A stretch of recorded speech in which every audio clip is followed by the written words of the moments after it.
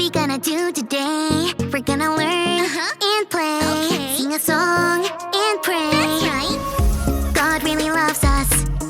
God really, really cares about you, me, our families. That's right. God's always right there. Ooh. Let me fix my curls. You've tuned into Callie's world. That's right, boys and girls. Welcome to Callie's world. Hey friends, wowzers! I got up a little late this morning for basketball camp at my church. I could just hear Coach Stefan say, Callie, I'm glad you're here, but you're late. 2 laps and 10 layups. Please. don't get me wrong, I love laps and layups, but I still didn't want to be late. I didn't want to miss the morning prayer and morning cheer. For our morning cheer, we all put our hands in the middle on top of each other's hands. Coach says it's like our hands are making a sandwich and asks us what we're putting on the sandwich. What's on the sandwich today, Callie? I always say the silliest things, like sardines, or snails, or sour gummy worms. I didn't want to miss it.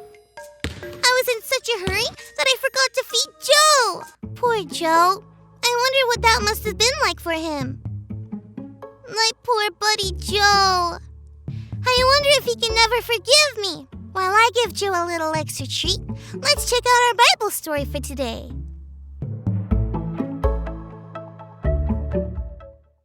Today's Bible story comes from 2 Samuel chapter 11 and 12. David was chosen by God to be the king of Israel, and he was a good king. But the best kings make mistakes, and King David made a really big mistake. He sent a man named Uriah to the front lines of a battlefield, where Uriah would most likely die, and he did die.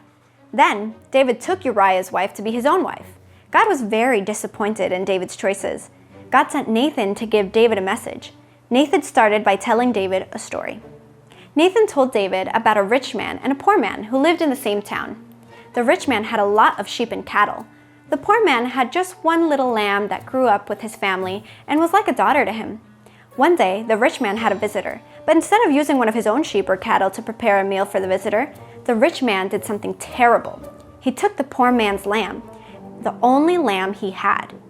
When David heard this story, he got really angry. He could not believe what the rich man did. David told Nathan that the rich man should pay for what he did to the poor man. Do you know what Nathan said next? Nathan told David that he was the rich man. David didn't understand. So Nathan explained that just like David was mad at the rich man in the story, God was not happy at the bad choices David made. After hearing this, David got it, that he did sin against God. He chose to hurt others, and this hurt God very much.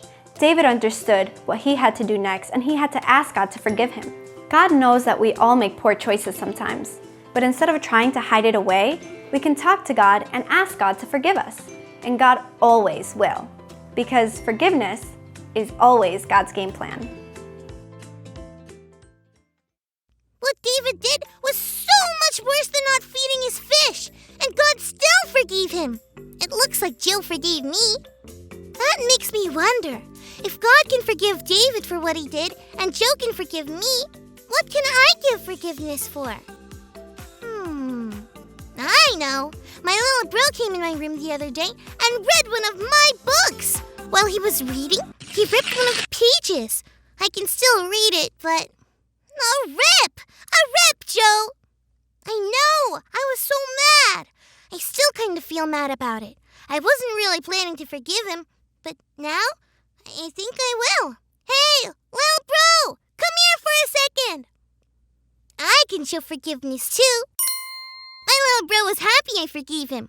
He had kind of forgotten about the book, but that's okay. Can you forgive someone today or ask for forgiveness?